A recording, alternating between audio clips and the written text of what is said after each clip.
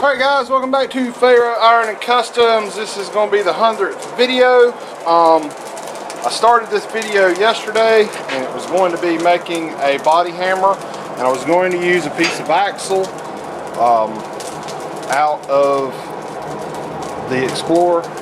And while this isn't exactly 100% a fail, it was a fail. I worked on that for a while. I was messing up. You can see how I was messing up the dies on my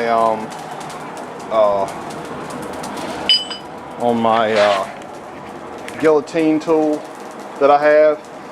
And so what I need to do is I need to make well, first thing was I didn't have the right size tongs to hold it, and that was causing lots of problems. Well, I thought about it today, and I was like, I could make it and use my I could use my cross peen hammer to use it. A cross peen has a peen that's crossed like this, but the only thing is, to work the steel, you'd have to work 180 out from where, you know, across from where you were holding it. So I really need what they call a straight peen hammer, which the peen is straight up and down. And if any of you guys are doing body work, you know, you got a straight peen on your body hammer and a cross peen on your body hammer, and that's how that works. They also have diagonals in both directions, depending on which way you need to work the steel. You know, it's like one of those body work and blacksmithing, you have all the tools in the world and they'll still find something else that you need. So what I'm going to do today is make a pair of tongs. I'm going to use just a piece of round stock I had kicking around. It's a piece of 1/2 inch round, and we'll get into how I'm going to make the fullers and, you know, what we're going to do about actually shaping the steel later on. Alright guys, first thing I'm going to try to do is try to make the end of this just a little bit wider to give us a little more in our V-bit. See how I'm bringing that right back. Try to keep it straight. And we're making it just a little bit wider because I need just a little more steel right on the end, just to make that bit out of it. We'll get it right back in the fire. I mentioned yesterday I need a different blower, but I just turned the vent down on it, so as long as the fire will burn, I may turn it down a little more. We're getting just a little bit too much air in this fire, and it's creating a lot of forge scale, and that's from, you know, it's not a bad thing when you're forging to an extent, but if you were going to forge weld that forge scale will make your forge welds fail. Alright, I think I'm going to do that one more time.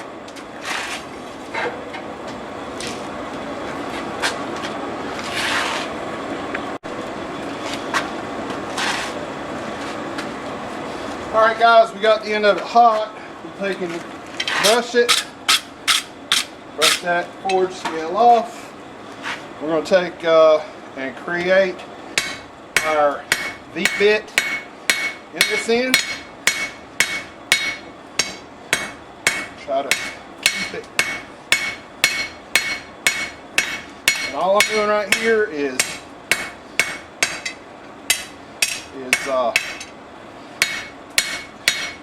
making it wider. This is cooled off. We'll go back in the fire.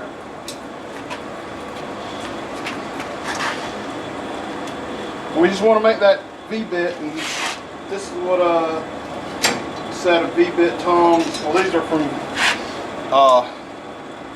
Ken's Custom Iron. That's basically what a set of V-bit tongs looks like.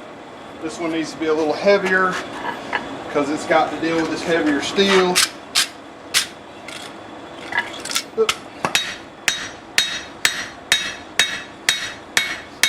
Getting a little out of shape, and you can bring it back.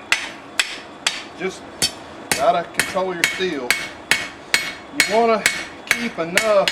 We got to remember what we're doing with this set of tongs is controlling a piece of iron. Now this is probably way too much. I may end up cutting another piece. That piece got hot and melted the edge, but we may still try to use that. But this has got to control to handle a piece of iron that's at least, I think, 8 ounces, and I'm going to make them where they can handle just a little more. Anything that's up to about whatever size that is, an inch. And let me get that hot again. I lost a little bit of heat when I went for that. All right.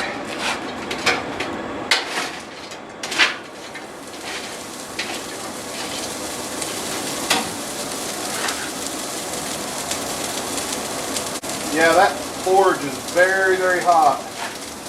So anyway, I'm going to bring this back just a little more. All right. That's starting to look really good. Alright, so now what we're going to do is we're going to heat up a little further up, create the bend in the tongs, and I'll come back.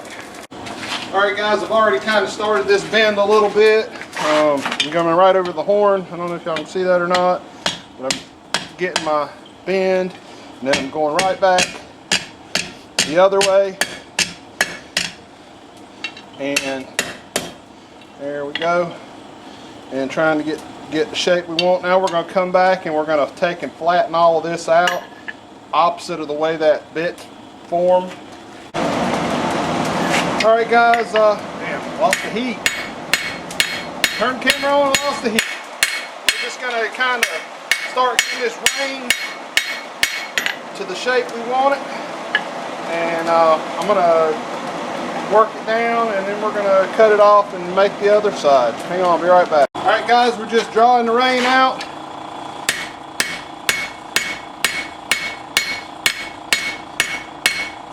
A little bit, and letting it taper down to the tip. Trying to keep our shape nice.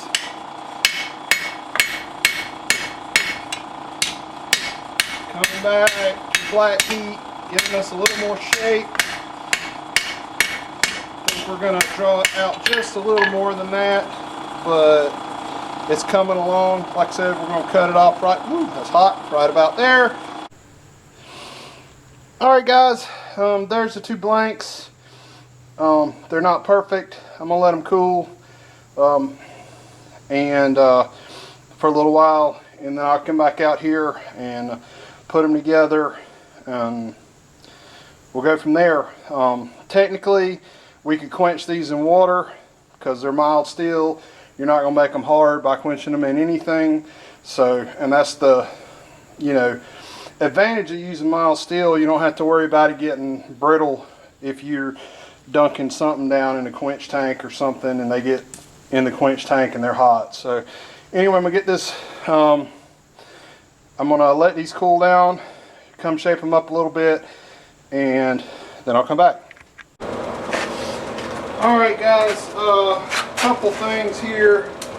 I've worked on these tongs. I've got the jaws. I took them right over to the vise. Can y'all see where I'm at? Went over to the vise, took my cross peen hammer, and created a V in the jaw. I've gone ahead and drilled my holes for my rivet. On this, you need to chamfer the hole because that sharp edge will work as a guillotine and cut your rivet off, because that rivet is not, hardened steel. Let's see. Oh, another thing I was going to tell you before I put these jaws back in this set of tongs in the vise. You got to think about if you're a left-handed smith or a right-handed smith. I'm right-handed. I hammer with my right hand. So you want to think about the way a set of tongs falls in your left hand when you hold them. And I'm trying to get a good picture of that, but if you'll see, they're slightly offset from each other like that, and they fall into your hand, where the closest rein is in your palm and the furthest rein is here, because that's the natural way you want to hold it. Tongs aren't made like generally aren't made like a pair of pliers, so you have to think about how you're going to hold them and how it's going to be comfortable in your hand. And that's just a set of tongs blanks from Ken's Custom Iron that I already made. So I'm gonna get this rivet in, and we're gonna go from there. All right, guys, hope I ain't running too long with this. I'm gonna set this rivet. I just grabbed my ball peen hammer. We're gonna hot set it, and what I do is try to drive it down as smooth as possible and get it tight. Then take the ball peen end of the hammer and work the rivet over and try to get you a nice shape to it. And while you still got some heat in it, you can work it back and forth and get it where it's freed up. Alright, next thing we're going to do is get the, oh yeah, those reins are nowhere near close. Alright, let's get the, we're going to have to get the reins first. Alright guys, I'm going to try to get these reins shaped up as much as I can. That's kind of limiting me right now. And I didn't get heat in the right place. And that ain't tight. Alright guys, I've got a tripod coming. So maybe the camera won't take a horrible spill where it's sitting at. So what I'm going to do, while these are still at a black heat, I've got the forge cut off. I'm going to give them a nice coat of beeswax to keep them from, so that's too hot. That's still close to, that's what happens when it's too hot. So we'll put some more on the handle while we're waiting for the jaws to cool down a little bit. Get on down here on this end of the handle. And a little bit of beeswax, all it does is keeps them from, the very ends of the handles are not hot at all. We'll get them rein jaws just a few more minutes. They ain't perfect. It's been a while since I've made a set of tongs, but I'll be honest with you, I'm really pleased with how these turned out. It's a lot better than the first set I ever made. And that's the thing, it's like everything else. You got to practice, especially this blacksmithing. You've got to get out here and you got to move the steel. You got to think about how it's got to move. And it's just like body work, folks. Oh, the old beeswax is choking me. Alright, I'm going to give it a few more minutes to cool off. I'm going to give it one final little bit of beeswax. I got to get right at the end of the jaws. It's still too hot. I'm surprised it's not flaming up. I got to get a 55-gallon drum because my trash can is no longer holding the coal. And that's it, guys. That's a set of tongs. We're going to have these to make that body hammer that I wanted to make for the 100th episode. And you know, if we didn't get it for the 100th, it may be the 150th. Who knows? Alright. But we got us a nice set of tongs that'll hold that billet nice and tight. And it's still got the cool. So that's it.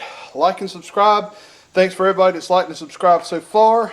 It's been 100 great episodes. Here's to the next 100 episodes. And that's it. See y'all later.